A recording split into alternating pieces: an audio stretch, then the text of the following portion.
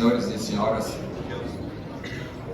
hoje, como eu disse lá na minha fala inicial, um dia histórico para nós. E, como alguns dos senhores ouviram aqui, a frente não é um fim em si mesmo.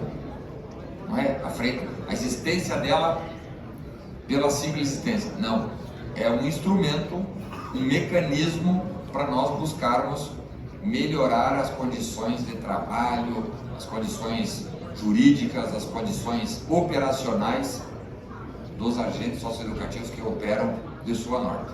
Então esse é o compromisso que nós assumimos aqui hoje. Já falava com o Cristiano Togs aqui, para nós lá na Comissão de Segurança Pública já chamarmos imediatamente meu dileto amigo, deputado federal Heriberto, deputado Sargento Portugal, deputado Faur, senhores deputados federais que estiveram aqui, para já fazermos imediatamente na Comissão de Segurança Pública uma audiência pública para seguirmos tecnicamente falando sobre esses avanços que devem acontecer. Eu estava vendo aqui agora, nós temos duas propostas que são prioritárias para nós. A PEC 365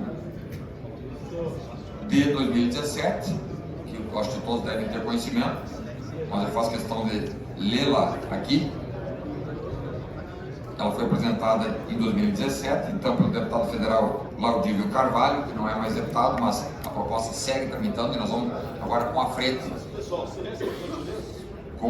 tendo vida legislativa. Com certeza a tendência é que essa PEC seja votada ainda este ano. Ela acrescenta os possíveis no artigo 144 da Constituição Federal, criando os corpos de segurança socioeducativa. O artigo 144 da Constituição Federal passa a vigorar da seguinte forma: artigo 144, inciso 6º. Então inclui no 144 corpos de segurança socioeducativa. Aos corpos de segurança socioeducativa cabe, no âmbito dos estados e do DF, supervisionar, coordenar as atividades ligadas direta ou indiretamente à segurança interna e externa dos estabelecimentos socioeducativos, depois promover, elaborar e executar atividades de caráter preventivo, investigativo e ostensivo. Vejam, olha o salto que nós vamos dar. Vai sair hoje.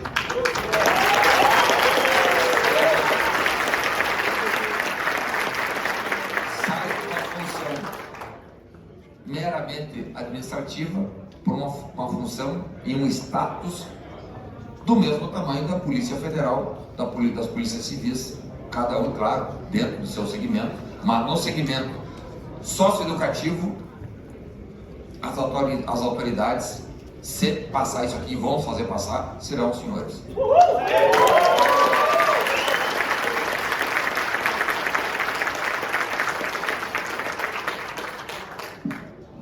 O Cristiano está dizendo que é todo o sistema socioeducativo, como um todo. Todos aqueles que compõem o sistema socioeducativo, todos devem ser incorporados a essa, entre aspas, nova carreira policial com status condicional. Eu estou buscando aqui agora o projeto 387 de 2019, que está na CCJ. Conversei ontem e anteontem, tenho conversado toda semana com a presidente da CCJ, minha amiga deputada federal do estado de Santa Catarina, Caroline Detoni, e ela disse que se comprometem em colocar em votação no menor tempo possível. Tudo isso faz com que essa frente já inicie com grandes possibilidades. Nós temos aí uma avenida para trabalhar, gigantesca, mas, como alguns deputados falaram, nós não conseguimos fazer nada sozinhos. Nós precisamos do apoio, da parceria dos senhores todos. Cada um dos estados pode ir lá procurar, por exemplo, no estado de São Paulo, procurar os deputados federais alinhados a essa pauta para ajudarem. No Mato Grosso do Sul, a mesma coisa.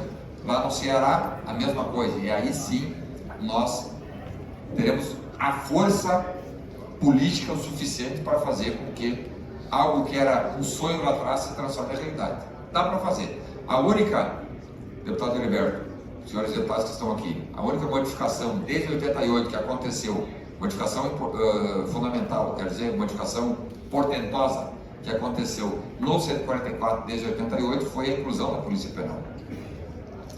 E nós, confesso, eu nunca tinha concorrido nem a síndico de prédio até 2018, nem filiação partidária tinha tido. Saí direto da Polícia Federal e vim aqui para dentro da Câmara dos Deputados. Aí chegamos aqui, então tem a pauta, 2019, tem a pauta aqui, eu não sabia nada de política, ainda não sei nada, mas tinha a pauta da Polícia Penal. Como é que vão fazer, né, para transformar? Alguns diziam, não, mas é inconstitucional, porque se eles fizeram concurso para agentes prisionais, para agentes penitenciários, os policiais penais seriam apenas os futuros, que entrariam numa nova carreira. Então, debatemos, estudamos e vimos que juridicamente havia precedentes. Um dos precedentes era da própria Polícia Rodoviária Federal. O deputado citou o deputado Sanderson como sendo PRF, sou irmão dos PRF, não sou PRF, infelizmente sou da Polícia Federal, mas são meus irmãos. E aí nós ali vimos que o caso da PRF era um caso, um precedente que podia ser utilizado, como foi utilizado então na Polícia Penal.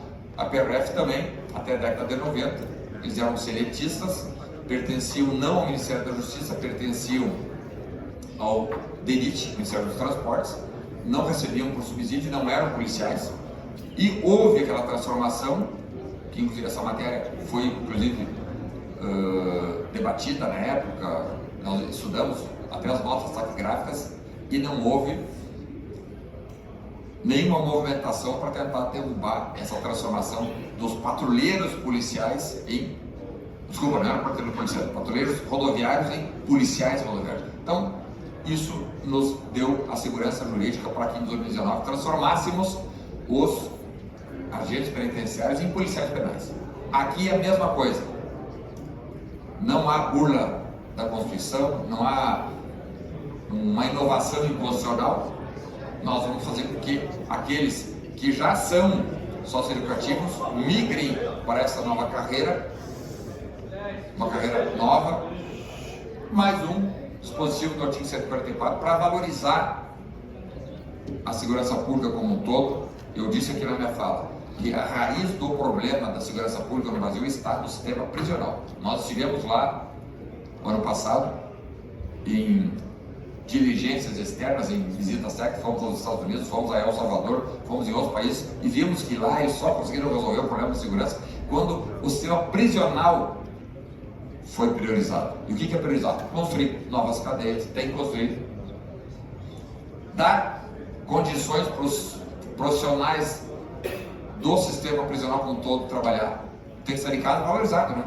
Inadmissível nós temos hoje estados que ainda pagam um salário mínimo para um agente prisional. Exatamente, pagam um salário mínimo. Quer dizer, sem aqui demérito a nenhuma das profissões, claro que não.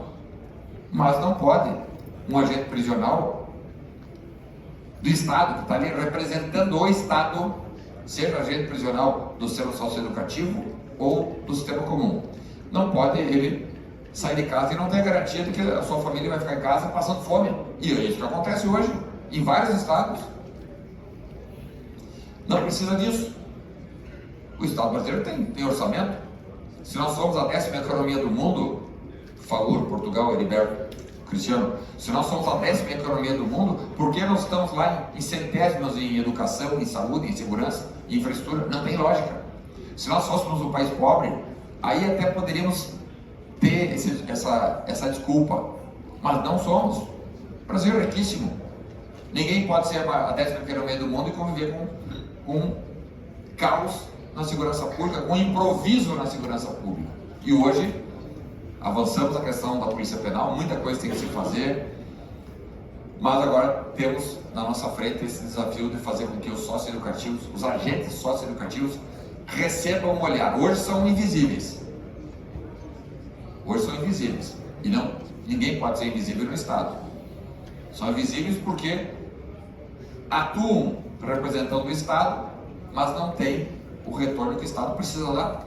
Um salário digno, com condição de trabalho digna. Então esse é o nosso desafio. Hoje iniciamos essa missão que não pode acabar sem resultados práticos. Ainda para esse ano, 2024, ainda para esse ano, temos condições de fazer, nós estamos no início do ano, em abril, temos condições aí desse ano levarmos adiante proposições que eu citei aqui, 365, PEC 365 de 17, como também o projeto de lei do SUS. Então, contem conosco, parabéns a todos. Eu quero aqui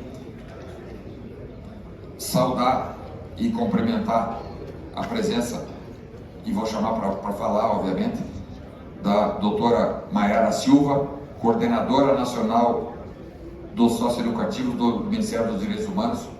Saúdo a sua presença. O subsecretário do Sistema Socioeducativo do Distrito Federal, doutor Daniel Fernandes. Primeiro o doutor Daniel, depois a doutora Maiara vai falar conosco. Nós temos aqui o dia inteiro para ficar aqui, né? Só tem uma hora, mas depois nós vamos chamar para falar aqui líderes. A oitiva de vocês é importantíssima. Vamos chamar aqui depois, na ordem aqui, o Bruno Benelli, depois João Rodrigues, Carlos Eduardo do Paraná, a Luzana de Minas Gerais, Roberto Condé de Goiás, Paulo César do Mato Grosso, meu conterrâneo Edgar Costa do Rio Grande do Sul. Se der tempo, como disse o presidente, se der tempo de chamar mais pessoas, porque nós temos um limite aqui, então, de 13 horas.